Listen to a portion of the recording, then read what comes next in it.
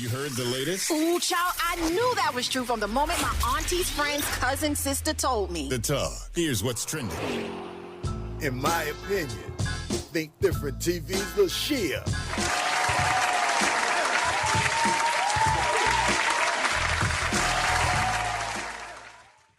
What's up, everyone out there? This is LaShia, creator of Think Different TV, which airs Monday nights at 8 p.m. Eastern Standard Time on the Think Different TV YouTube channel. And this is In My Opinion with Think Different TV's LaShia. Let's get into it. In a 1997 interview on Oprah, Whitney said in so many words, "My business is my business, mind yours." Well, shall we talk about you? Well, I know, listen, everybody wants to get into Whitney's business, and I, as a person who lives my life in the tabloids too, this is how we're going to handle this today. Okay. You tell us whatever it is you want us to know. Well, let's put it like this. We're here to talk about exhale. My life is none of your business. I'm going to try one more time. Okay. All right, just tell us how Bobby is. Just straighten out for us what we read in the tabloids versus what's true. How is Bobby? How are y'all doing? We're doing fine. Bobby is fine, and that's all I want to say. And that's all she wants to say? Yep. Well, we're going to take thank you, baby. We're going to take a commercial break. But Oprah can't help herself, even almost 30 years later. During a talk at Cannes Lions, Oprah revisited Whitney's 2009 interview. The interview where Whitney said this. I am at that point in my life right now where I have no regrets. Not even about my marriage, my life, anything that's happened to me. It is no regrets. Everything has been in a divine order. You know what I'm saying? Because that's what it took to get I got something from everything. It was not mean, malicious, facetious. I don't need to make money off myself or off my marriage, off my ex-husband, off my family. Right. I don't need that. Right. It's not my goal. Right. My goal was to be relieved from it. I don't do interviews, like it's been 7 years. Yeah. And you were the only person I felt comfortable enough with. Now the person Whitney trusted claims in 2026 that day in 2009, Whitney had gone back on drugs. She fell off the stage and Oprah begged the audience not to leak photos because it would ruin her life. We did the whole, "Hey girl, how you doing?" greeting thing. And then I stopped the cameras. And I went behind stage and I said, "So tell me, what do you want? What do you want to happen here? And I'm going to tell you what I want to happen here." And that was one of the most powerful interviews. And do you all know this is an amazing thing that happened? I had such trust from the Oprah show audience that Whitney did, I think it was her last show with us, and she had gone back on drugs. The first interview I did with her when we'd gone behind stage and I asked her about her intention, she was clean. But the day she came to my show then to perform in front of the audience, she was not. And she fell off of the stage. And I knew that if that story got out that she'd fallen off of the stage, that she would be destroyed by that. And so even though the audience was there and the audience had cameras, I begged them not to put those pictures out because it would ruin her life, and they did not. This was meant to be reflective storytelling, but it landed like a record scratch at a family reunion. Whitney's estate said, yes, she fell, but during soundcheck, not the show. It was darkness and an unfamiliar stage, not drugs. Oprah's version was inaccurate and unfair. Her longtime bodyguard Ray Watson backed it up, saying Whitney wasn't high. She just literally couldn't see the edge of the stage. Ray, you were there the day that Whitney Houston fell off the stage during the soundcheck at Oprah's show. Take us back to that day. What happened? I don't know whether it was a sound check or they was actually doing I can't remember exactly when she fell. But she was coming toward the front of the stage, and it's a drop off and it's sort of like a dark spot there. So when she got to the edge, I think somebody told her, "Watch, be careful, watch it." And then she went down. But so we got to her, but she got up. Matter of fact, she made fun about it.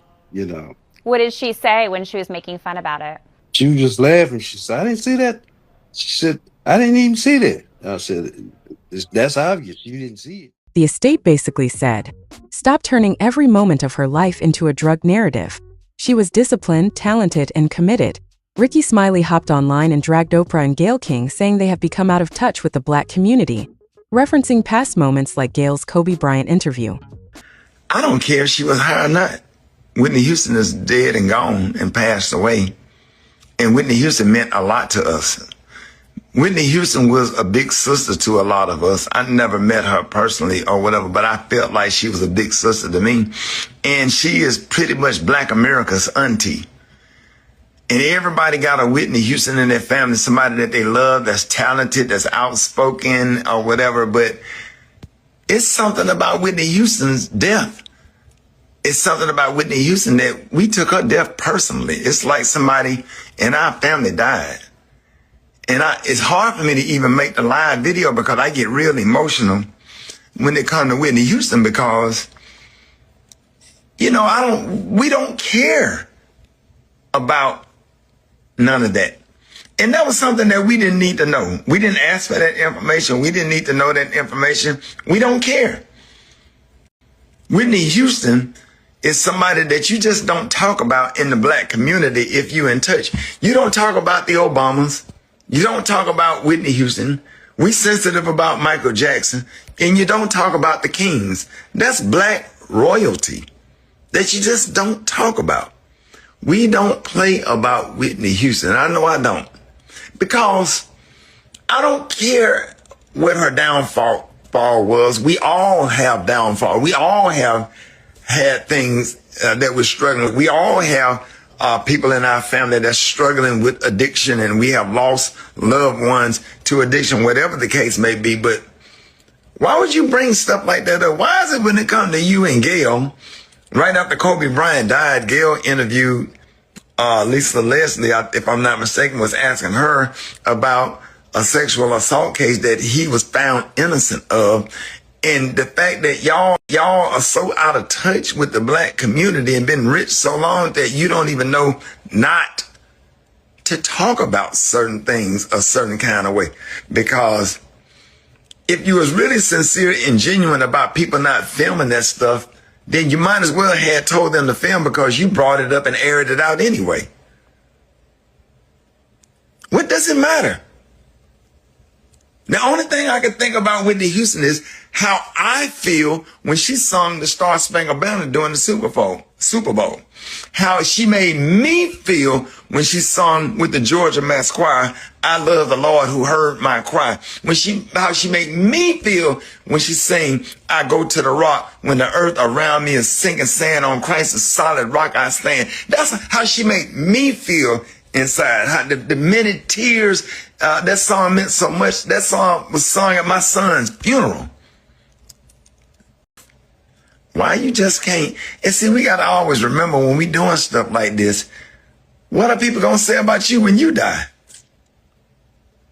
What are people going to say about you when they close that casket and when they lower you off into that cold grave? What are they going to say about you? What memory and legacy are you leaving? Yes, you gave away scholarships and did a lot of great things and had their own network and a lot of great things in the community, but you know, sometimes, man, stuff like that, it just really put a bad taste. And I swear I be giving chance after chance. I'm trying to convince myself, no, she don't.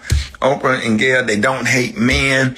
You be mad for a minute, then you start back watching on and start trying to support and whatever call you see her at the opening of the Obama, like, oh, wow, there's Oprah after that died down. And then all of a sudden, when you start back feeling good and okay with Oprah, Gail, whatever that mean, then something else. It seems as if everyone on social media are on the same page asking, why are we bringing up old stuff about somebody who can't defend herself? Oprah is now being dragged by multiple posts and memes on social media, mainly pointing out her past transgressions. And in other news, Big Tigger is in big trouble. Yes, Rap City. The basement legend, Atlanta radio king, and the man who gave us some of the most iconic hip-hop interviews of the 2000s, is now trending for felony charges and domestic violence allegations.